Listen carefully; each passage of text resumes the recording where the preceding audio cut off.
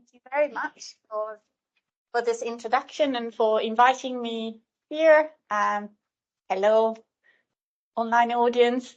I'm really excited to be here talking about open data, humanities. As we just heard, it's been a passion of mine for quite some time. As you just heard, I have a dark past in academic publishing before returning to full-time research, but I've kept an interest. And when I was given the opportunity to lead the Journal of Open Humanities Data, I really grabbed it. Actually, it was an interesting story. So I was working, so just a little bit of a personal note to break the ice. I was working for Springer Nature. I was sitting next to the team that was looking after scientific data, which is the data journal by Nature.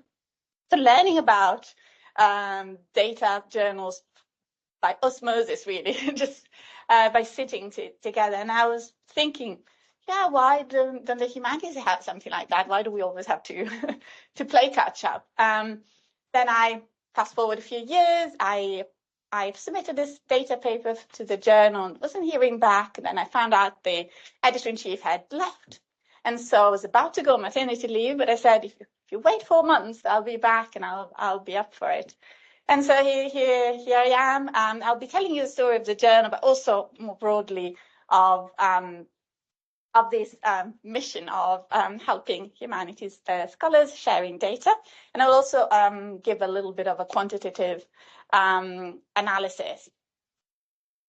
So you will hear this phrase "open humanities data" quite a bit in the next hour. So I can't help as a linguist to analyze this phrase.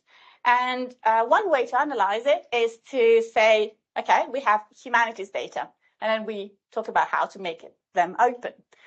But what are humanities data? So, of course, no surprise, the humanities have been collecting data for centuries, and it is thanks to the libraries of the ancient world that we still have that textual tradition that's so fundamental to our cultural heritage. But if data have been around in some form for quite some time, what's different today? Well, fast forward to the end of the last century, and we see empty shelves here, but no, we see actually big digitization projects that have led to a new set of opportunities that we have.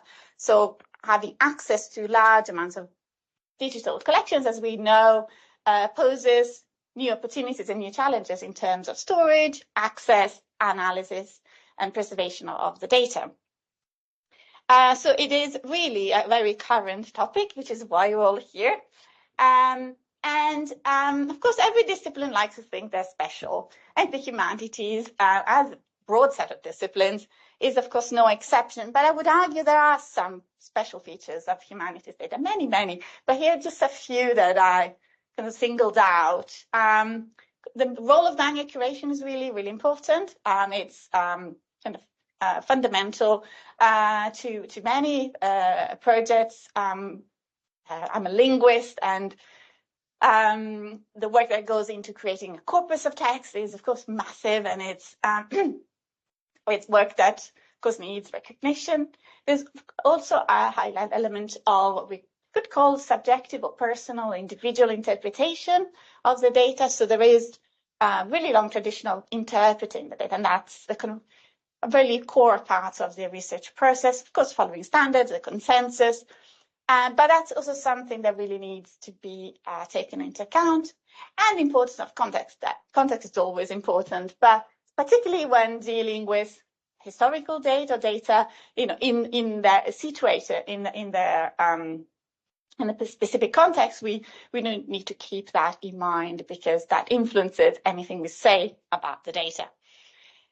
Right, so humanities data in a few minutes. Of course, hear more about humanities data later on, but I'll just return to the phrase open humanities data. So what happens when we attach the label open to it? Well, I like the fact that there is actually an official definition of open and openness.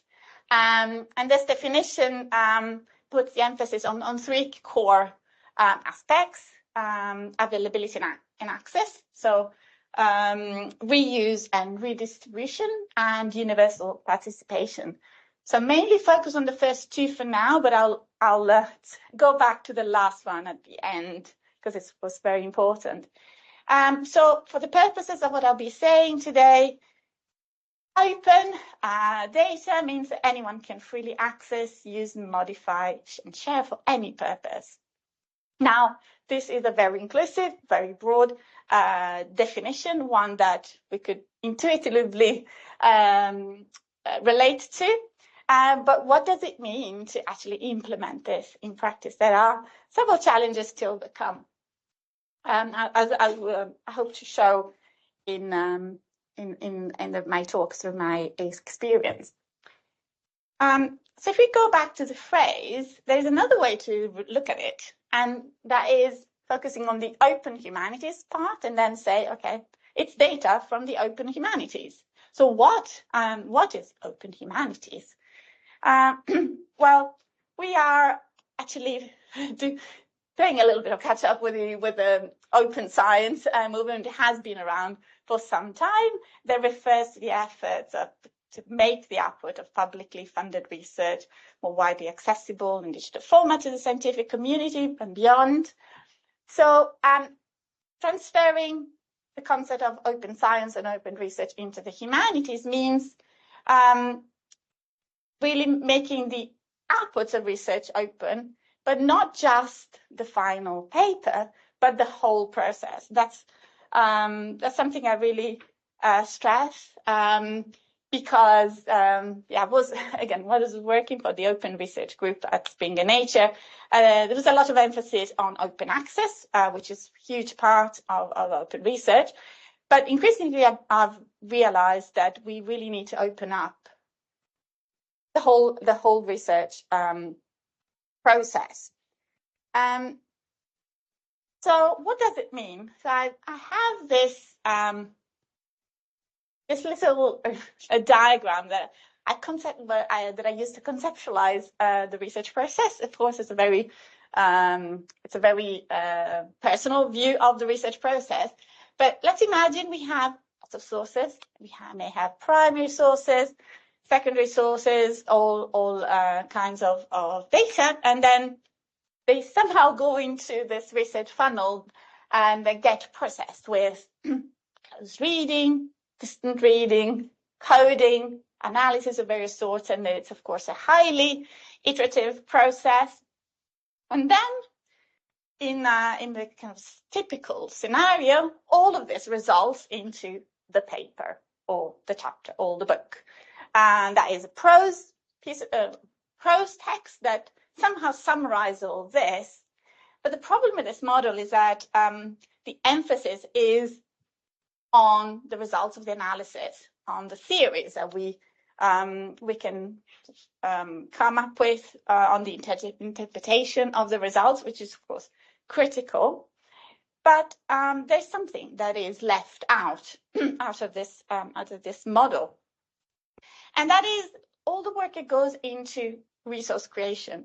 Again, as a linguist, of course, I am very familiar with the work that goes into building a corpus. So linguists need evidence of language use. At least many branches of linguistics do that. And so increasingly, there's a need to collect these texts or other forms of language evidence. And it's a massive amount of work. So that tends to be really left out of the project. I hear a lot in people saying to me, I can't write a paper just about the corpus that I built, or I can't write a paper about the collection that I've designed, or the data collected in my fieldwork. I need to have a theory and I need to interpret it. So, of course, you do need the theory and you do need to contextualize, but where is all the work that goes into building these resources acknowledged? And to make things worse, it's not just the sort of big resource creation that is left out. There's also lots of additional data sets that come out of the research process. So imagine you are analyzing some survey data, and you enrich your data with analysis. Maybe you have text and you extracting themes out of these interviews or surveys, or you may be incorporating annotation, as linguists call it, to sort of add more information on your data. Again, all of these additional data sets, all of the work that goes into creating them, tends to be left out of the big output, the big paper. Okay, so what is the solution? Well, you can imagine the solution is the data paper. So data papers were really designed to fill this gap. So we start with a data set. It could be a resource that we built, or a data set that we've created as part of a bigger project, and we deposit it in an open repository. Now, you'll hear about open repositories later on today, but for the purpose of this talk, let's imagine we all know that repositories like Zenodo, Figshare, DANs that are specifically designed to store research data. Now, these repositories tend to assign digital object identifiers to the data sets. So data sets themselves are already citable. There's usually a README file that goes alongside the data set, and that's all great. So you could stop there. But then you wouldn't achieve what I was talking about. You wouldn't achieve the academic credit and acknowledgement that is kind of missing. So the data paper provides exactly that. It's a venue for introducing your data set in its context, explaining how it was created, contextualizing it, and documenting it so that others can reuse it. This is the key. Reuse potential of a data set is what the data paper really surfaces. And data papers, as academic articles, are peer-reviewed. So they go through a rigorous process of quality control that data sets don't tend to go under. And they ensure that there is academic credit given to all the work that goes into creating data sets. Okay, so assuming we are all happy with this, I'll give you an example of what this actually means in practice. It's, again, my own work. So this was a study I did back in 2017, and was eventually published as a chapter in 2018. So long story short, this was a corpus of spoken British English that was released, called BMC 2014 Spoken. So massive collection of transcriptions of spoken materials. And what we wanted to analyze was specific linguistic construction, the so-called dative alternation. Basically, it's the constructions that you have when you use the word, say, I give you the book versus I give the book to you. So we wanted to understand what sort of determines the use of one construction over the other. So we collected a lot of data and we explained the linguistic analysis here, but then we wanted to release the data as well. And the data wasn't just extracted directly from the corpus, it was also enriched by our own analysis. So we had looked at all the times these verbs like give, offer, etc. were used in the corpus. And then we added lots of information about the kinds of things being given and the kinds of people receiving or giving, so that we could look at patterns.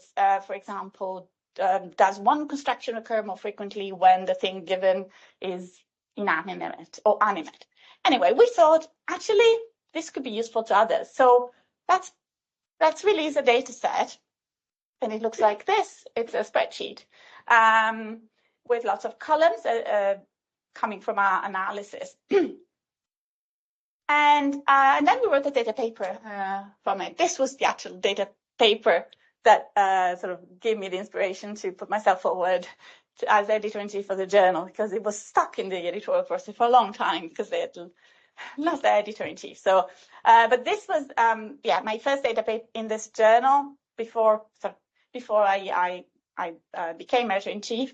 And you can see it, it's a simple short piece of text that explains where the data is, the context in which the data set was created, the methods used to create it, what it looks like, who created it, when, what format it is, and also the columns of this spreadsheet, what they mean, so that humans reading this will be able to understand what we did, and more very importantly, the reuse potential. So this is again prose meant for human readers to explain the potential of this data set for others.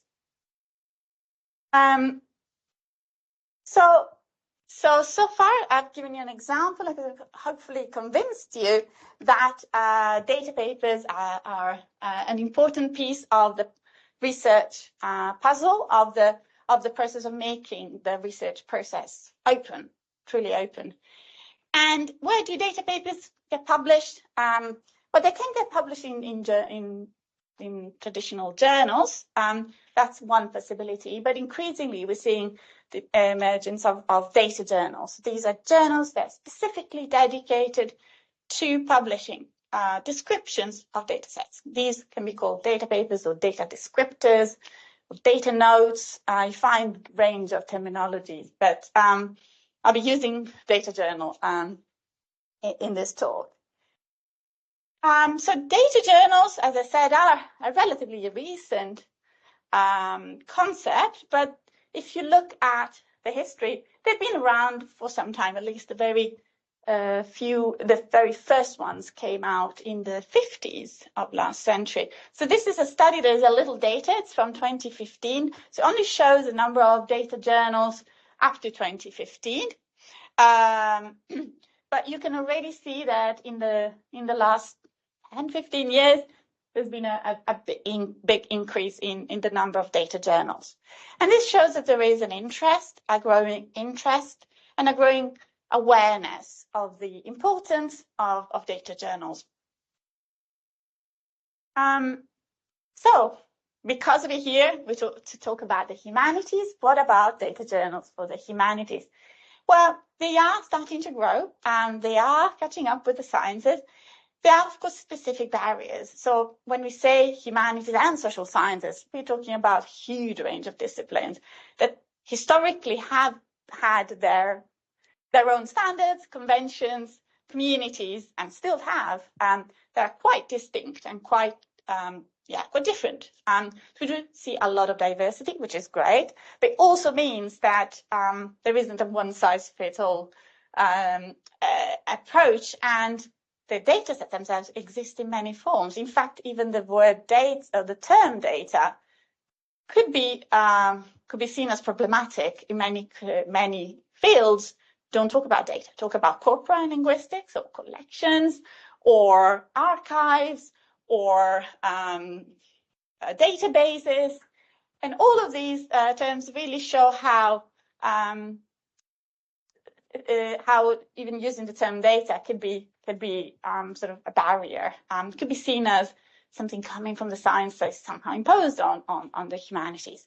We actually did a little campaign or initiative on social media a few years ago, and still continuing as part of the Journal of Open Humanities data. We called it #ShowMeYourData. The idea was to demystify the concept of data in the humanities. So we asked authors of papers published in the journal to screenshot an image of their data set and briefly talk about it, just to see the variety of what we mean by data. And we have all kinds of things, from maps to interviews to video material to bibliographic, to catalogs, to text. So that's the context we are operating in, with some challenges, but also opportunities in this diversity. So as part of the work that I'm doing in the Journal of Open Humanities Data, I wanted to actually collect some evidence. So here's a paper that we published last year that actually got a Best Paper Award by the journal called Publications, where we did an overview really of data journals in the humanities. So this is a table that I took from the paper. So you can see, probably can't read the details, so that's fine. You see lists of journals that, to some extent, publish data. So the data journals whose scope includes humanities and social sciences may not be exclusive about humanities and social sciences. So, for example, Data in Brief by Elsevier, Journal of Cultural Analytics has a data sets section. Then we have specific disciplines like Journal of Open Archaeology Data or the Journal of Open Psychology Data. Psychology, we're into social sciences here. So I will focus on two journals that I find particularly interesting because they are interdisciplinary and they are dedicated to humanities/humanities and social sciences. Journal of Open Humanities Data and Research Data Journal for the Humanities and Social Sciences. They were launched around the same time, 2015 and 2016. And their mission was to publish data papers in this space. So this is the first one, Research Data Journal of Humanities and Social Sciences, published by Brill. It's in partnership with DANS, the data repository in the Netherlands. And then this is a Journal of Open Humanities Data, call it JODE for short. It's published by Ubiquity Press. And yeah, been editor-in-chief of this one since 2019. So there are lots of similarities, as expected, between these two journals. They're really the only players in this space, that interdisciplinary humanities/social sciences data journal. So of course, the open access, that comes without saying. If you are a data journal these days, you have to be open access, gold open access specifically. They do require the data papers to have described data sets that have persistent identifiers, typically digital object identifiers, and they're openly shared. There are some differences in the types of papers and the length. So say a little bit more about JODE's papers length. Social media outreach, so JODE has become really a lot more active in social media and sort of making a really big effort to getting the word out there. And also subject areas, there's a little bit of complementarity in that the Research Data Journal of Humanities and Social Sciences has more of a social sciences focus. So here are the numbers. So this is, again, from the same paper that I talked about. So don't worry about the dip in 2022. This is because we were collecting data up to June 2022.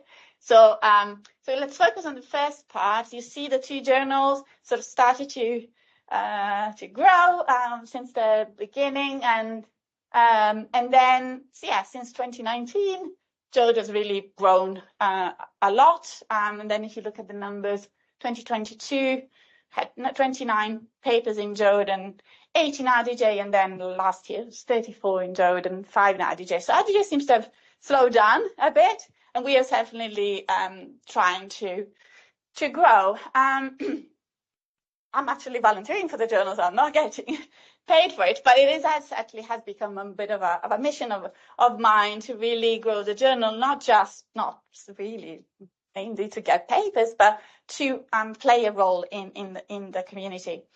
So I will say a few words about the journal now. So as you heard, it was launched in 2015 as part of this family of meta journals in Ubiquity Press, which is a small open access publisher that is trying to be experimental in their concept. It was actually set up by researchers from University College London. And the idea was that the meta journals will publish papers about non-standard research outputs like data, like software and hardware. So they have software journals, data journals. And of course, it's not a concept they invented, but it's a concept they embraced and tried to really push. So the vision of the journal, as I set it when I took over, was to be a key part of a thriving community of scholars sharing humanities data. So the idea was really to build that community, or at least support it, and do our part to make it to grow it.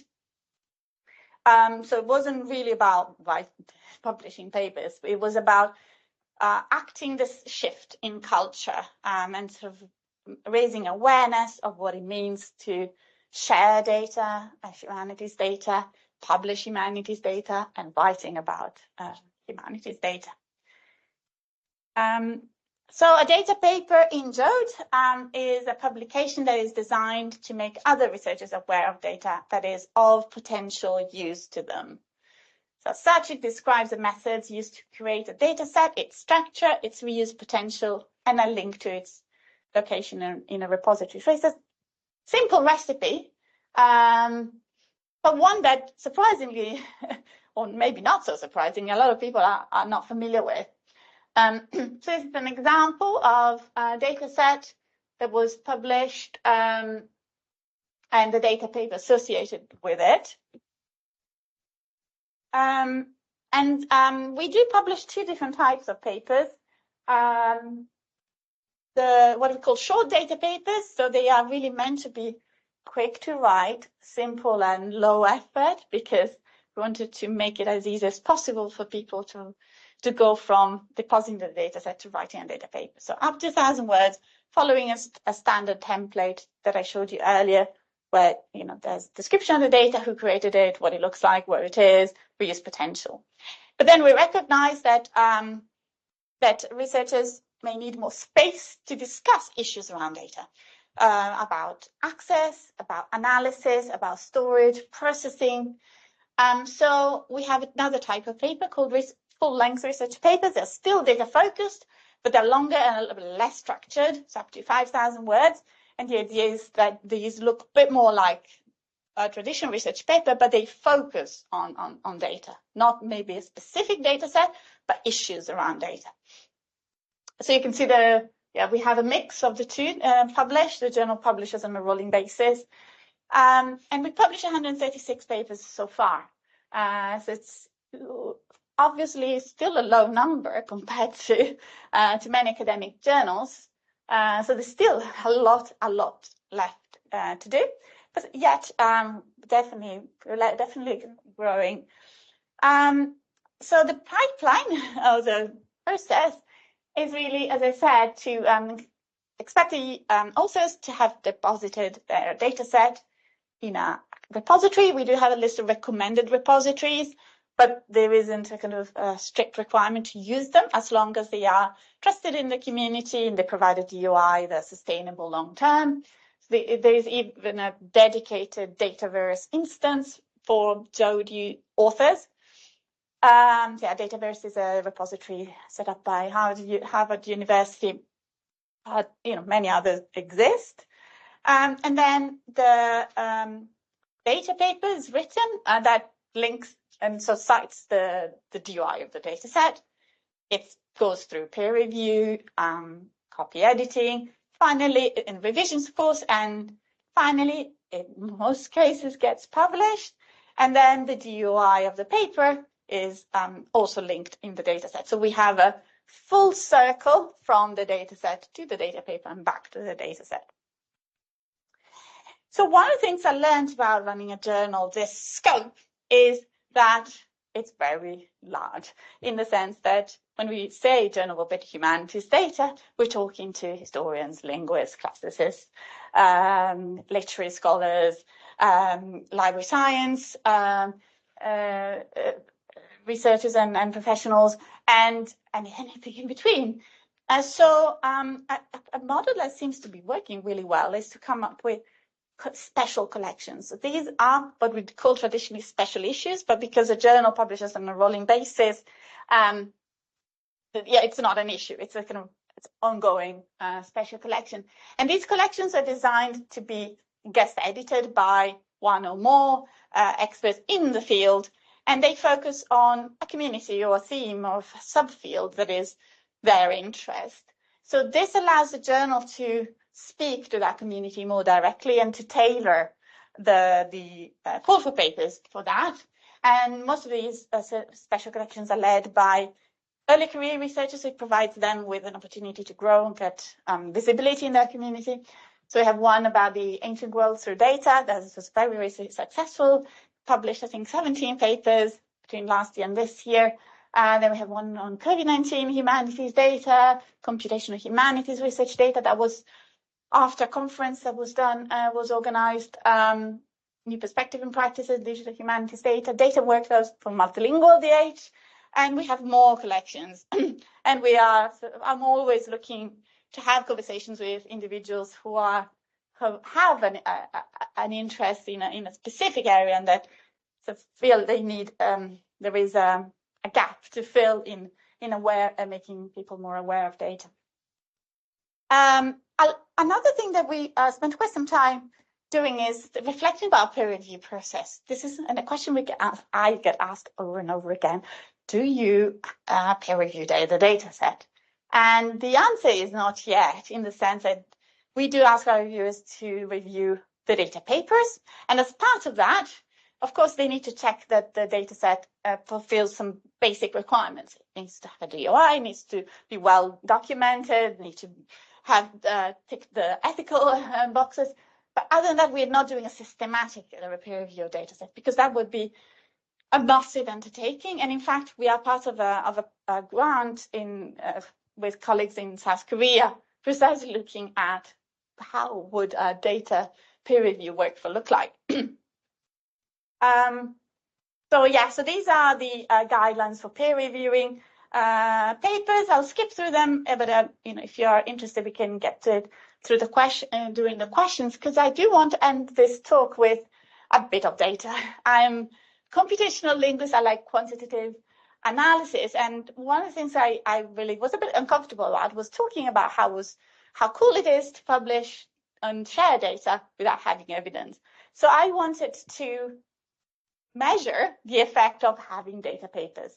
So this is the best paper award, but most importantly, this is the content of the paper. So we looked at what we call the golden triangle. So we have the data set, the research paper that I talked about, the traditional research paper, and the data paper. And the idea is that all three should really be in place for an ideal research project. But how do we, and then we want to see the impact of having data papers associated to data sets and data papers associated to the research paper to see whether they help the impact and visibility of both the data sets and the research papers. So data sets can be, for data sets we can measure downloads and views. For research papers, we can measure citations as well as downloads and views. And same for data papers, so we can collect a lot of data about this.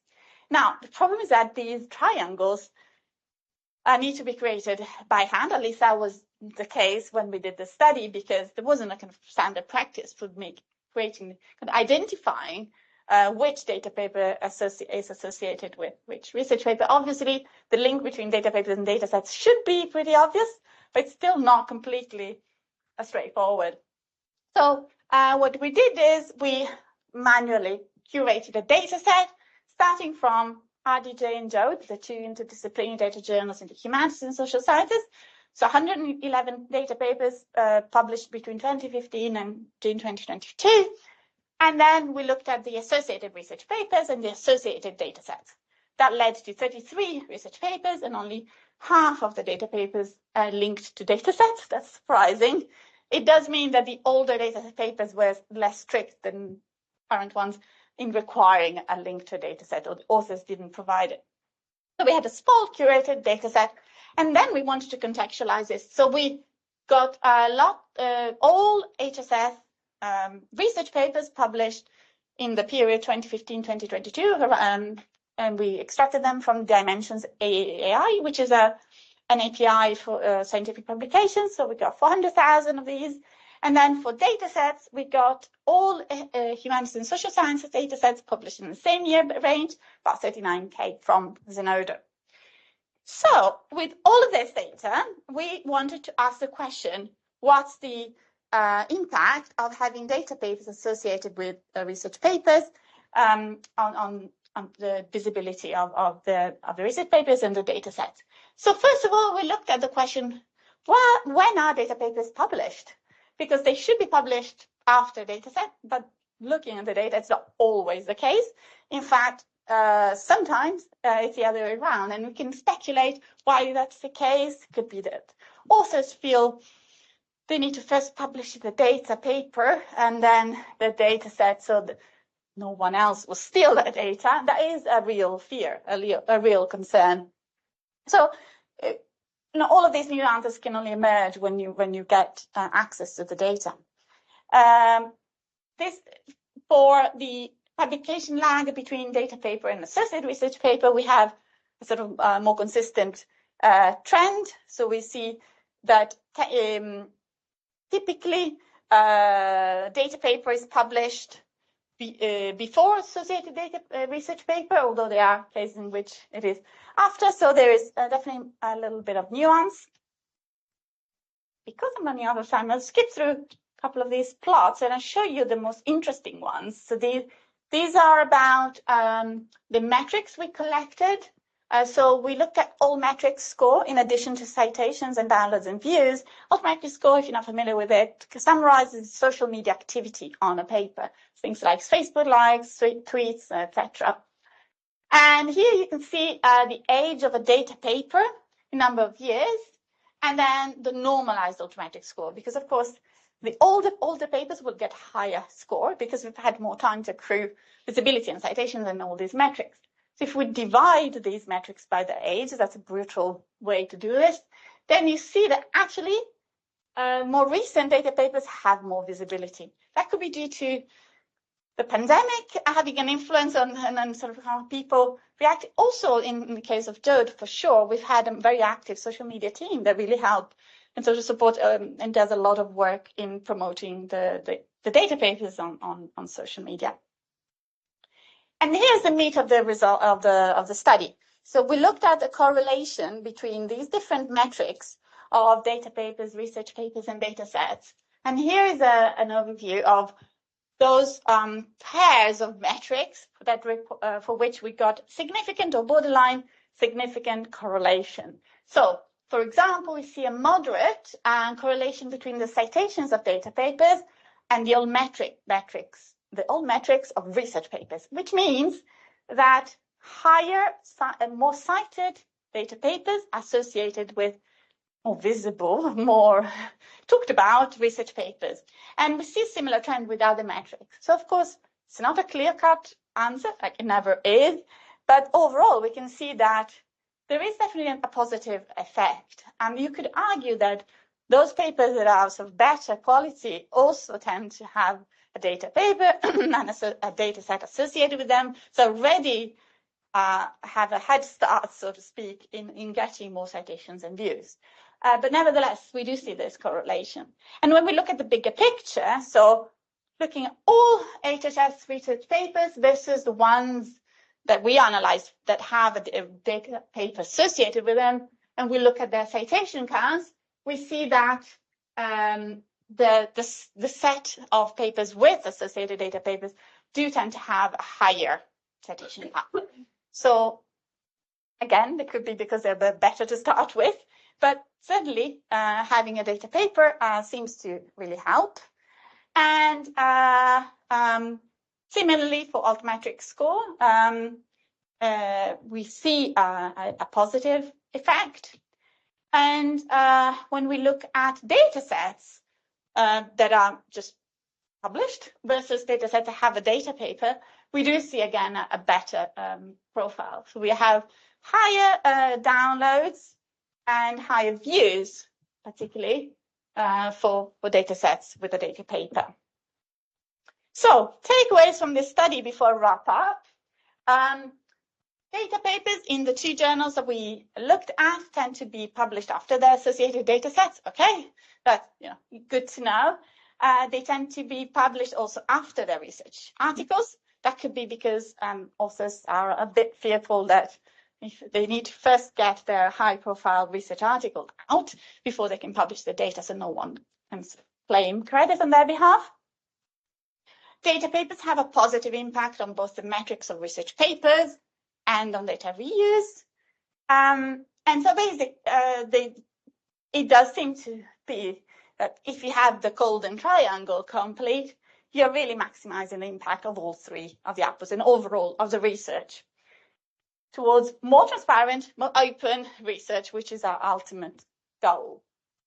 So I'd like to end, of course, yeah, we could expand this study in many ways, and we are doing that, trying to automate this creation of the golden triangle, scaling up the analysis, looking at more factors.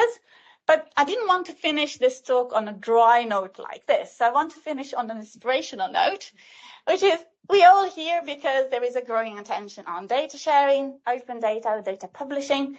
Let's take advantage of this, have these conversations, try to see what are the barriers. And ultimately, let's not forget that a very important aspect of open research is being open to society. So we're giving back the outputs of publicly funded research to the society that is expected to benefit from it. So let's make data sharing and data publishing part of this bigger mission of opening up research in humanities and social sciences to society. Thank you very much.